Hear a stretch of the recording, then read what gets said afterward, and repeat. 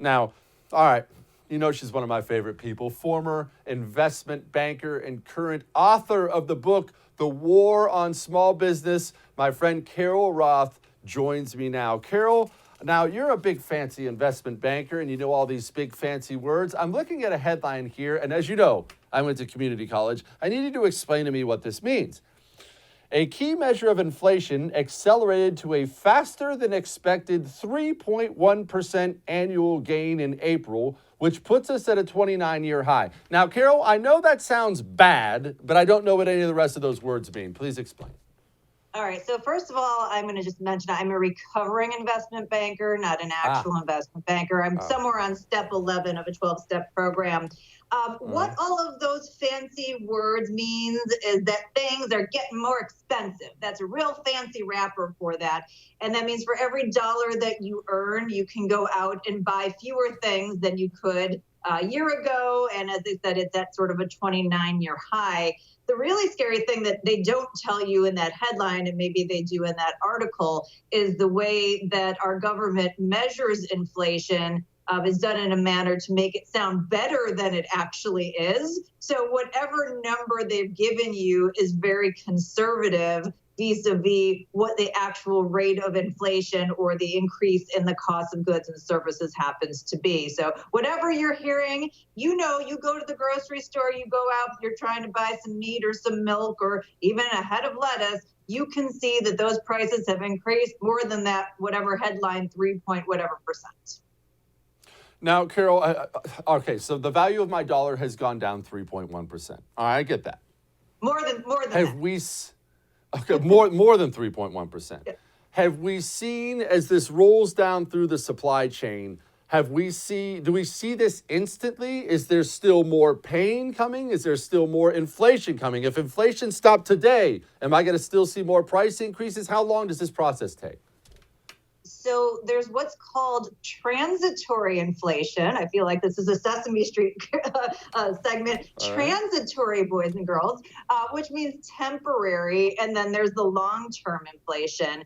There's also what's hitting the businesses and what they're passing on to the consumer. So right now, we know that we just had a situation where there was a cyber attack on a meat plant, on top of the situation that they were already having challenges finding workers and getting the meat delivered, which was putting pressure on their supply chain. So if you take that meat and you're going to sell to a restaurant, first of all, there's less available than there is the demand, so the price is going to go up.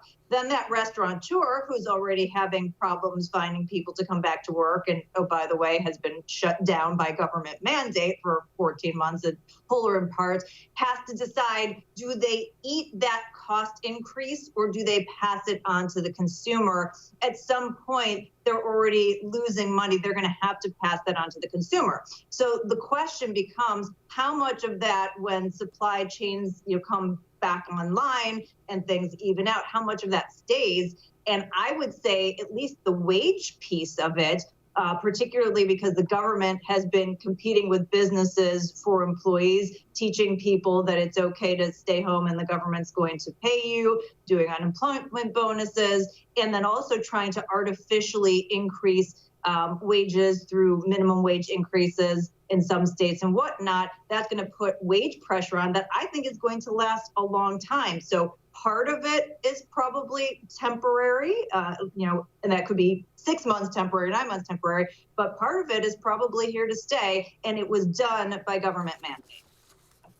Okay, before we move off the inflation thing, because I feel like I'm getting so much smarter, just feed me, Carol, feed me knowledge here. Before we move off the inflation thing, in all seriousness, I understand this affects people, especially lower income people, more than it affects others. I mean, if the price of bread goes up 50 cents, the middle class, upper middle class guy ain't going to feel it. The poor person might.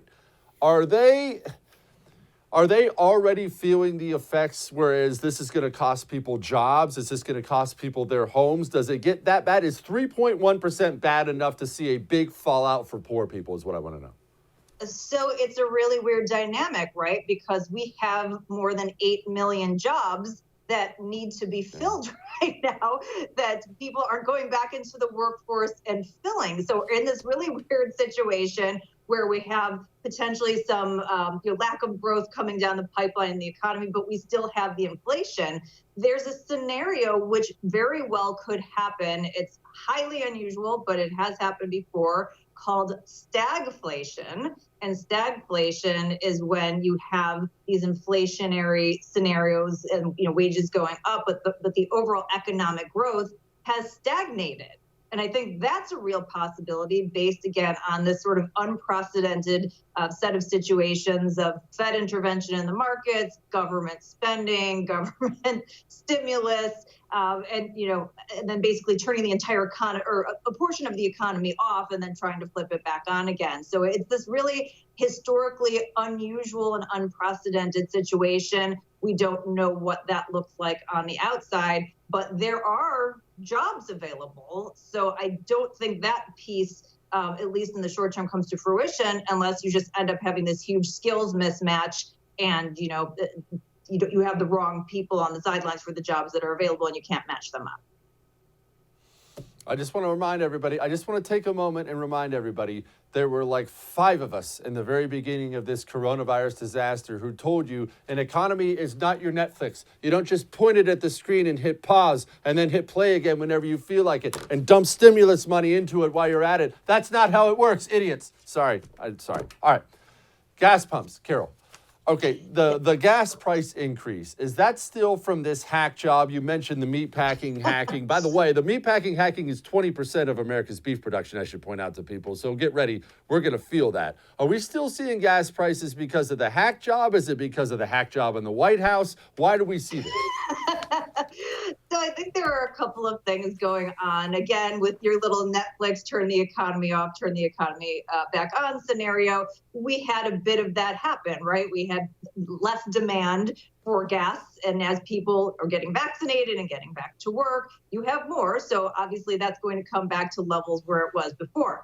Now, again, we're seeing that it's starting to exceed where it was before a little bit. And part of that goes back to the labor issue. So what happened when everybody went home is the people who drove these tanker trucks basically had to find other work. So they went to work for Amazon and other trucking companies.